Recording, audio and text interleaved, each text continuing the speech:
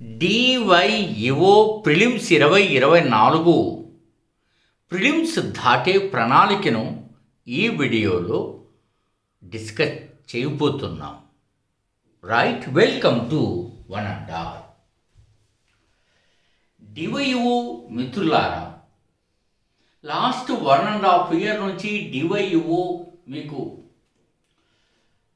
అప్రతిహతంగా అంటే అవిచ్ఛిన్నంగా అంటే కంటిన్యూగా టైం టు టైం ఇన్ఫర్మేషన్ ఇవ్వడమే కాదు, పర్ఫెక్ట్ సౌండ్ సజెషన్స్ మీకు అందించడం మీరు గమనించే ఉంటారు. సో హాల్ టికెట్స్ ఈ వేళ నుంచి అందరూ తీసుకుంటున్నారు. వారి అడ్రస్లు కూడా తెలియజేస్తున్నారు. పలానా చోట సెంటర్ వచ్చింది, పలానా చోట. Well nice, right. ఫస్ట్ నేను ఒక నిమిషం ఏం మాట్లాడుతాను అంటే, ఆందోళనలో కొద్దిమంది ఉన్నారు. నేను నిన్న కూడా చెప్పాను, యాంగ్జైటీ ఫీలింగ్ అనేది నో నీడ్. ఈ టైంలో మనం చాలా పట్టుదలగా ఉండాలి, సిన్సియర్గా ఉండాలి. ఆల్రెడీ మీ వద్ద కొంత నాలెడ్జ్ ఉంది, దాన్ని ఫైన్ చేయడం, రిఫైన్ చేయడం, రెస్టోర్ చేసుకోవడం, రీకాల్ చేయడం, రీకలెక్ట్ చేసుకోవడం, దాన్ని ఎగ్జామ్లో ప్రజెంట్ చేయడం అనేది ఉంది. ఆ వీడియోస్ మళ్ళీ నేను సపరేట్గా చేస్తాను. But this video is going to concentrate on how to crack the prelims in easiest way. This is my target.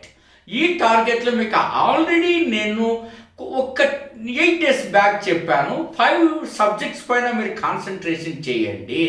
దానిపైన మరొకసారి అందరూ మాట్లాడమని ఎక్కువ మంది వాట్సాప్ చేయడం జరిగింది కాబట్టి మరొకసారి నేను మాట్లాడుతూ ఉన్నాను. So this is doctor Gopadi, having 25 years experience. So ఇందులో మనం ఫస్ట్ గమనంలోకి తీసుకుంటే, national movement, environment, Indian geography, current affairs and AP special, ఇవి 5 సబ్జెక్టులు మనం దృష్టి పెట్టాల్సినది. జనరల్గా మీరు నోటీసులోకి తీసుకుంటే, నేను మీకు సజెస్ట్ కూడా చేశాను, ఒక సబ్జెక్టుని కంప్లీట్గా రోజుకోటి పట్టుకొని చదువుతూ మిగిలిన 2 గంటలు రివిజన్ చేయండి. అంటే కీడించి మేలించడం అనే విధానం అది ఆల్రెడీ ఈవేళ చాలామంది ఫాలో అవుతున్నారు. So right, very nice, right. At the same time మీరు చేయాల్సింది ఏంటంటే, మనం పర్టికులర్గా ఒక కాన్సెప్ట్ ఆల్రెడీ ఇంకా ఎంత లోతుగా చదవాలంత చదివేశారు కాబట్టి మీరు దాన్ని జస్ట్ రీకలెక్ట్ చేసుకుంటూ అలాంటి అంశాలు కొంచెం పట్టుదలగా చదువుకుంటూ వెళ్తే సరిపోతుంది. ఎట్లా? ఫర్ ఎగ్జాంపుల్ నేషనల్ మూవ్మెంట్లో నేను మాట్లాడుతున్నా. నేషనల్ మూవ్మెంట్లో చాలామందికి నేను చెప్పాను, 1885 కాంగ్రెస్ స్థాపన నుంచి మీరు భారతదేశ స్వాతంత్ర సాధన వరకు వెళ్ళండి. అలా వెళితే ఫస్ట్ సీక్వెన్స్ ఏం చేయాలి? ఎవరైనా ఈ సీక్వెన్స్ని జస్ట్ ½ an hourలో ఫినిష్ చేయవచ్చు. Why? Because already you have something information on that corners. ఆ సబ్జెక్ట్లో మీకు ఆల్రెడీ కొంత ఇన్ఫర్మేషన్ ఉంది కాబట్టి. కాబట్టి అవి ఏమిటి చూడండి. 1885 కాంగ్రెస్ స్థాపిస్తారు. కాంగ్రెస్ స్థాపించినప్పుడు అక్కడ మితవాదులు, అతివాదులు అనే వాళ్ళు ఉంటారు, మోడరేట్స్ అండ్ ఎక్స్ట్రీమిస్ట్. ఈ సమావేశాలు ఎక్కడ జరిగాయి ఏంటనేది ఇంకా ఐఎమ్ నాట్ ఇంట్రెస్టెడ్, వదిలేయండి. కానీ ఏపీలో ఎక్కడ జరిగాయి? For example 1923 Kakinada Congress session is the most important. అవి చదువుతారు. అది చదివిన తర్వాత కాంగ్రెస్లో మొట్టమొదటిసారిగా ఏం ఫైట్ అయింది అనేది, బ్రిటిష్ వారికి వాళ్ళు రిప్రజెంట్ చేయడం, ఆ రిప్రజెంట్ని వాళ్ళు నిర్లక్ష్యం చేయడం, దాంతో అతివాదులు రావడం, అతివాదులు అనేటువంటి వాళ్ళు వచ్చి అదే సమయంలో లార్డ్ కర్జన్ భారతదేశ ఆ యొక్క దాని ఏమంటారంటే యూనిటీ, ఏకత్వానికి విఘాతం కలిగిస్తూ ఆయన బెంగాల్ విభజన నిర్ణయం తీసుకోవడం, దాని తదనంతర సీక్వెన్సెస్ మనకు స్వదేశీ ఉద్యమం లేక బెంగాల్ విభజన వ్యతిరేక ఉద్యమం లేక వందే మాతరం ఉద్యమం, ఇవి చదవాలా. ఈ ఉద్యమం ఫస్ట్ చదివేయండి. ఆ తర్వాత సహాయ నిరాకరణ ఉద్యమంలోకి రండి. ఆ తర్వాత శాసన ఉల్లంఘన ఉద్యమంలోకి రండి, లేదా ఉప్పు సత్యాగ్రహం అంటారు, క్విట్ ఇండియా ఉద్యమం. ఈ ఉద్యమాలు చదివేటప్పుడు దయచేసి బేసిక్ ఇన్ఫర్మేషన్ చదవద్దు. We have to additional information on that. For example Rabindranath Tagore swadeshi ఉద్యమ సమయంలో ఎక్కడ మనకు ఏ పేరుతో వ్యాసాలు రాశారు, ఆ జర్నల్ పేరు కానీ ఆ టైటిల్ పేరు కానీ అలాంటివి అడుగుతున్నాడు. మీరు ఫస్ట్ టైం దృష్టి పెట్టుకోవాల్సిన అవసరం ఉంది. ఇంకా మీరు బెంగాల్ విభజన వ్యతిరేక ఉద్యమం ఏంటి, వందే మాత్రం అని ఎవరు అన్నారు, ఇట్లాంటి నాన్ సెన్స్ని మీరు లెక్కలెక్కి తీసుకోవద్దండి. ఈ 4 ఉద్యమాలు ఇట్లా కొత్త ఇన్ఫర్మేషన్తో చదివిన తర్వాత 4 ఉద్యమాల మధ్య ఏం జరిగిందో గ్యాప్ ఫిలప్ చేద్దాం. ఉదాహరణకు 1905లో బెంగాల్ విభజన వ్యతిరేక ఉద్యమంకి సహాయ నిరాకరణ ఉద్యమానికి గ్యాప్ ఏంటి, మనకు 1905 నుంచి 1922, 1911తో స్వదేశీ ఉద్యమం ముగిసింది. ఆ తర్వాత ఏం జరిగింది, మనకు హోమ్ రూల్ ఉద్యమం స్టార్ట్ అయింది. హోమ్ రూల్ ఉద్యమం స్టార్ట్ అవ్వడం, అదే సమయంలో రౌలత్ చట్టం రావడం. రౌలత్ చట్టం సీక్వెన్సెస్ మొన్ననే గ్రూప్ 1లో కొత్తది వాడు బిట్ ఇచ్చాడు. రౌలత్ చట్టం వచ్చినప్పుడు ఒక స్పెషల్ కమిషన్ వెళ్ళినప్పుడు అందులో భారతీయ సభ్యుడు ఎవరు, శంకర్ నాయర్ గురించి బిట్ అడిగాడు. అంతే తప్ప మీరు రౌలత్ చట్టం ఎప్పుడు వచ్చింది, దాని తర్వాత ఆందోళనలు ఎప్పుడు జరిగాయి, దాన్ని హసరత్ మొహాని, ఇలాంటి నాన్ సెన్స్ చదవక్కర్లా. కొత్త ఇన్ఫర్మేషన్ చదవండి. ఈ ఫిలప్ తోటి చదవాలి. This is the strategy. So కాబట్టి ఈ రకంగా మీరు ఫిలప్ చేయండి. ఆ తర్వాత సహాయ నిరాకరణ ఉద్యమం, ఉప్పు సత్యాగ్రహానికి మధ్య ఉన్న సంఘటనలు ఫిలప్ చేయండి. ఆ తర్వాత ఉప్పు సత్యాగ్రహం నుంచి క్విట్ ఇండియా ఉద్యమం సంఘటనలు ఫిలప్ చేయండి. There ends the matter. తర్వాత క్రిప్స్ రాయబారాన్ని పిలిపించండి. మీరు వాడు ఒప్పుకోడు, మనం కూడా కొన్ని సంఘటనలు జరుగుతాయి. వెంటనే మనం అనేక తిరుగుబాటు కూడా జరుగుతుంది. క్యాబినెట్ మిషన్ ప్లాన్ రమ్మంటాం, వాడు ఒక ప్రపోజల్ ఇస్తాడు. ఆ ప్రపోజల్స్ కొన్నింటిని మనం యాక్సెప్ట్ చేస్తాం. ఆ తర్వాత వెంటనే మౌంట్ బ్యాటన్ ప్లాన్ కూడా పిలిపించి ఆయన చేతి కూడా ఒక ప్రణాళిక ఇప్పించి భారతదేశానికి స్వాతంత్రం ఇచ్చేటువంటి ప్రయత్నం చేద్దాం. That's all. This is the national movement. That's all. Hardly ఇలా చదవాలన్నమాట. అట్లాగే ఎన్విరాన్మెంట్ కూడా మీరు ఫస్ట్ సస్టైనబుల్ డెవలప్మెంట్ తీసుకోండి.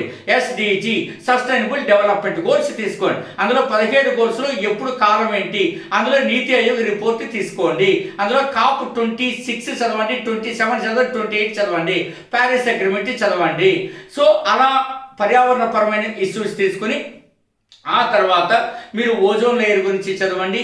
ఆ తర్వాత మనకి CVT మిషన్ గురించి చదవండి.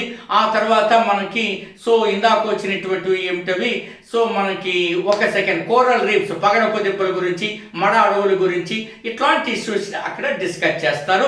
అవి చదివేటప్పుడే నేషనల్ పార్క్స్. అందుకే మా వాళ్ళకి ఈజీ అవ్వడానికి ఒక రాష్ట్రం తీసుకుని 9 రకాల సబ్జెక్టు కలిపి ఇవ్వడం జరిగినది.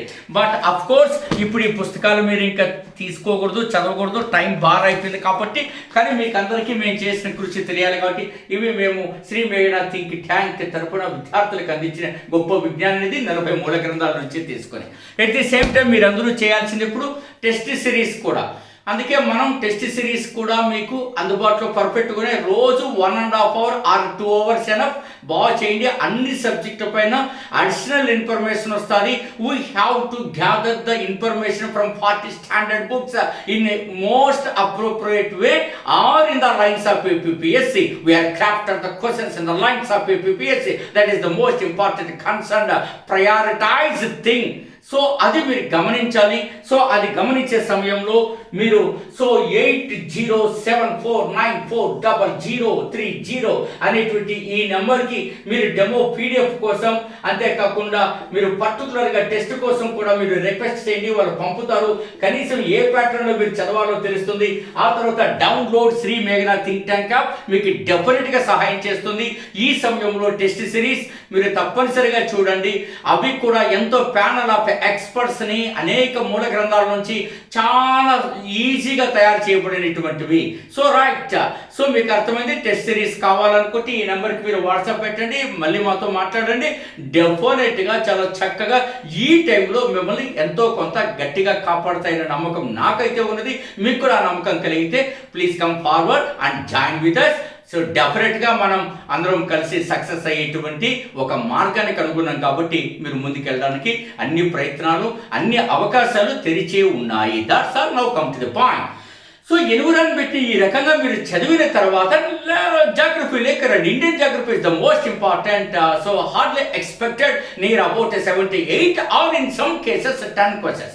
ఇందులో 4 సబ్జెక్టులు చెప్పాను. Physical features of India and so forest, types of forest, ఆ తర్వాత సాయిల్స్ అండ్ అగ్రికల్చర్, వ్యవసాయము, నేలలు, ఉద్భిద సంపద లేక అడవులు, ఫిజికల్ ఫీచర్స్. అయితే ఇవి చదివేటప్పుడు బేసిక్ ఇన్ఫర్మేషన్ నో నీడ్, కొత్త ఇన్ఫర్మేషన్ కావాలి. ఆ కొత్త ఇన్ఫర్మేషన్ ఈ జాగ్రఫీలో ఎట్లా వస్తుందో మేము ఆల్రెడీ తయారు చేసి ఇచ్చాం, దాన్ని చదువుకోమని కూడా నేను చెప్తున్నా. That is the most important. మీరు మళ్ళీ సో ఈ ట్రెడిషనల్ ఇన్ఫర్మేషన్ దిశగా వెళ్ళబోద్దండి. That's also right now come to the point. ఆ తర్వాత కరెంట్ అఫైర్స్ విభాగాల వారీగా ఎంత చదివినా కరెంట్ అఫైర్స్ ఉంటారు, బట్ చదువుకోకుండా వెళ్ళకూడదు కదా. కాబట్టి దాన్ని మనం తయారు చేసి చాలా మంచి ప్యాటర్న్ ఇచ్చాం, దాన్ని చదవండి. ఇక మీరు గమనించాల్సింది ఏంటంటే సో ఏపీ స్పెషల్, ఆంధ్రప్రదేశ్లో మనకి జిల్లాలో అన్ని ఇన్ఫర్మేషన్ అంత మన ఏమడిగాడు, బీచ్ల గురించి అడిగాడు గ్రూప్ 1లో కానీ ఐ థింక్ గ్రూప్ 1లో అనుకుంటాను. సో అట్లా రకరకాల బిట్లు అన్నీ అవి సింపుల్గా నేను ఒకే ఒక పుస్తకంలో మన పిల్లలు తయారు చేసి ఇచ్చారు. మీరు ఒక్క సెకండ్ ఆగితే అది చూపించేటువంటి ప్రయత్నం చేస్తాను. So that is the most important. అట్లా మీరు కవర్ చేసేస్తారు. This is the most simple. Until the book contains only 80 pages and covered 13 districts and now 26 ఉన్నా కూడా నెల్లూరు జిల్లా ఇట్లా ఉంది. అన్నీ కూడా ఒకేటువంటి యాక్సెప్ట్స్ ఉంటాయి. ఇట్లా మనకు ఉండాలా. పథకాలు కూడా మరి అంత గట్టిగా ఏం చూడక్కర్లేదు, సింపుల్గానే మీరు ముందుకు ప్రయత్నం చేయండి. ఇక ఆ తర్వాత మిగిలివి సైన్స్ అంటారు, ఇవి మెంటల్ ఎబిలిటీ, ఇవన్నీ జనరల్ కాబట్టి వదిలేండి. ఈ రకంగా మీరు తప్పనిసరిగా చూడండి. సో ఇంకా కొంచెం అడిషనల్ ప్రయత్నాలు కూడా చేసేటువంటి అవకాశం ఉన్నది. Okay, all the very best. మీ డాక్టర్ గోపాల్ డి.